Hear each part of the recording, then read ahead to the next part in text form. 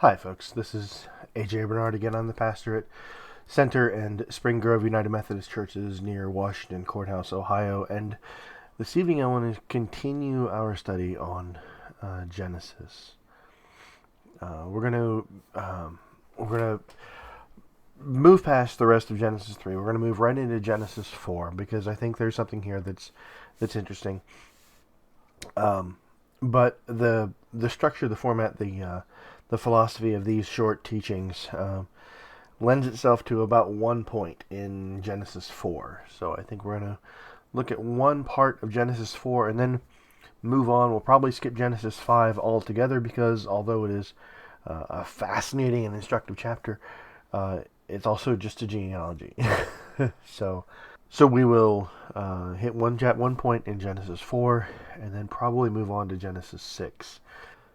Genesis 4 and verse 1. Now Adam knew Eve his wife, and she conceived and bore Cain, saying, I have gotten a man with the help of the Lord. And again she bore his brother Abel. Now Abel was a keeper of sheep, and Cain a worker of the ground. In the course of time, Cain brought to the Lord an offering of the fruit of the ground, and Abel also brought of the firstborn of his flock, and their fat portions. And the Lord had regard for Abel and his offering, but for Cain and his offering he had no regard. So Cain was very angry, and his face fell. The Lord said to Cain, Why are you angry, and why has your face fallen? If you do well, will you not be accepted? And if you do not do well, sin is crouching at the door. Its desire is contrary to you, but you must rule over it. Cain spoke to Abel his brother, and when they were in the field, Cain rose up against his brother Abel and killed him.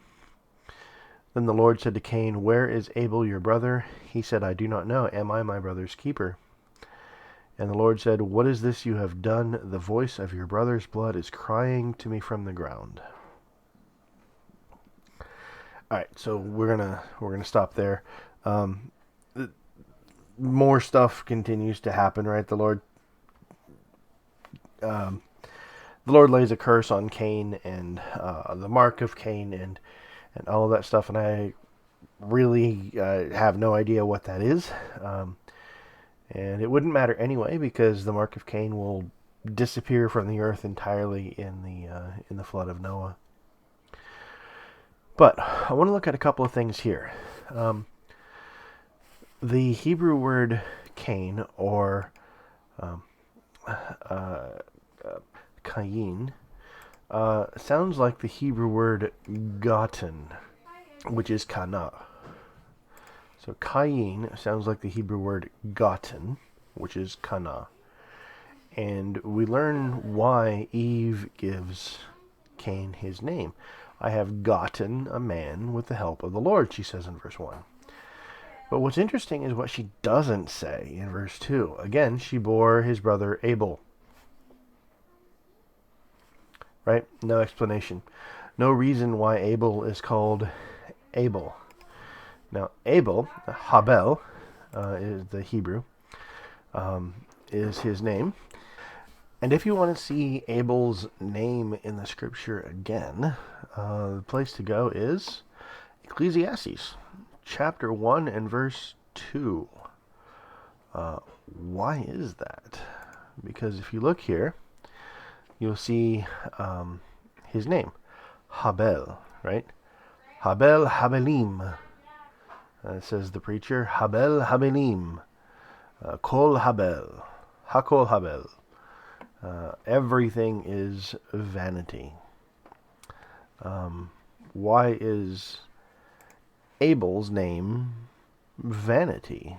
Why is Cain gotten, right? Because the Lord, with the help of the Lord, I have gotten a man, here in verse 1. But Abel has no explanation for his name. He is vanity. Probably because his name wasn't Abel. Probably because his name was something other than Abel. But because he died, because his line ended before he was able to to have children or marry or really do anything of significance other than this one offering. He is a vapor. He's he's vanity. He's a puff of smoke that disappears into the air. And we're going to look at something up here about that. Verse 10. The Lord said to, "What have you done?" He's talking to Cain after his brother's been murdered. The voice of your brother's blood is crying out to me from the ground. But blood is normally the Hebrew word dam, dalet mem. And in this case, it's dalet mem yud, dame. Why is it dame? Dame is plural. The voice of your brother's bloods. Now, from this teaching, the rabbis in the Talmud write that whoever kills a man is as if he had killed all men. We find that quoted in the Quran, and it's inappropriately attributed to God teaching, when it's actually a rabbinical teaching. But we find the concept here in Genesis chapter 4 and verse 9 or verse 10. Sorry, your brother's bloods is crying out to me from the ground. The grammar doesn't quite work right. But why is this word plural?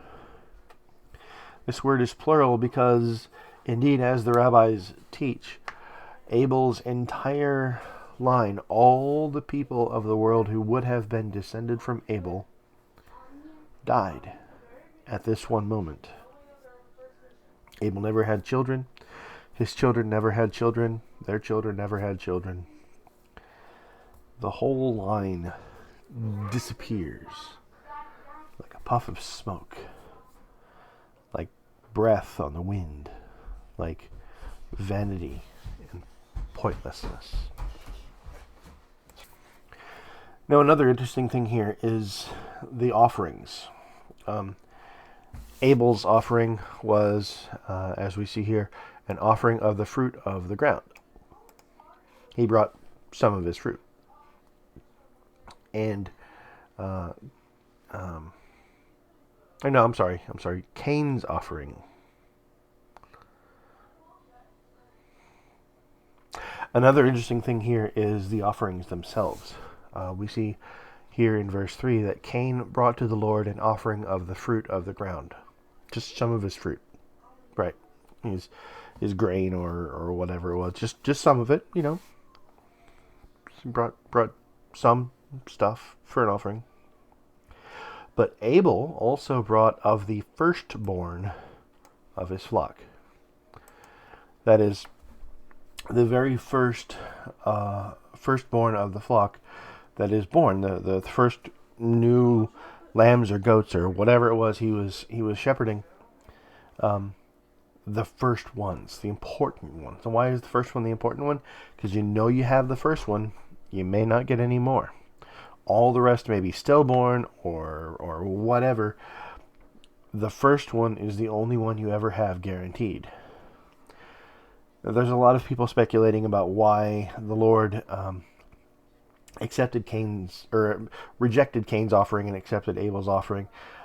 This is the explanation I prefer, and I could be wrong. It happens frequently. But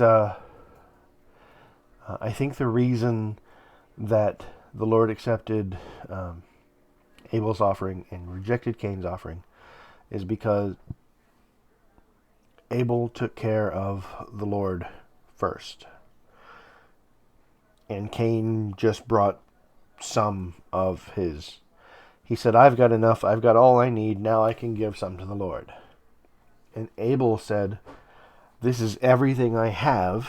I may get more, I may not, but I'm going to bring the firstborn. So the question is not even, blood versus grain, because there are grain offerings, commanded in Leviticus and things like that. The question is, who brought what? Why? Um, why did Cain bring some of the fruit of his harvest? Because he had plenty. He had plenty, and he brought some to give the Lord. Why did Abel bring the firstborn of his flock? Because the firstborn is the important offering. That's the most important part. So he's going to give that to God. He's going to rely on God to provide whatever he needs after that point. So I think that's the important part about Cain's offering versus Abel's offering. Now, there's a great Jewish professor, Dr. Miriam Brandt. She teaches on sin and the concepts of sin in the Torah, and I heard her teach on this passage, and she pointed out something that I thought was very interesting, and I'll end with this. Verse 6, the Lord said to Cain, "Why are you angry, and why is your face fallen? If you do well, will you not be accepted? And if you do not do well, sin is crouching at the door. Its desire is contrary to you, but you must rule over it." Sin is crouching at the door. Sin has desires. The Lord describes sin to Cain as a beast, as an animal that is crouching outside of his door, waiting to pounce, and that Cain can and should rule over his sin. Cain obviously fails to do that. But it's an interesting perspective on exactly what sin is. What do we make of that? I don't know. Dr. Brandt has some wonderful teachings. I'll try to put a link. Hey, there we go. Hey, I'll try to put a link in the video to some of her stuff. Anyway, next time we will skip over Genesis 5, move right into Genesis 6. I hope that was useful. Hope you found something inspiring. God bless.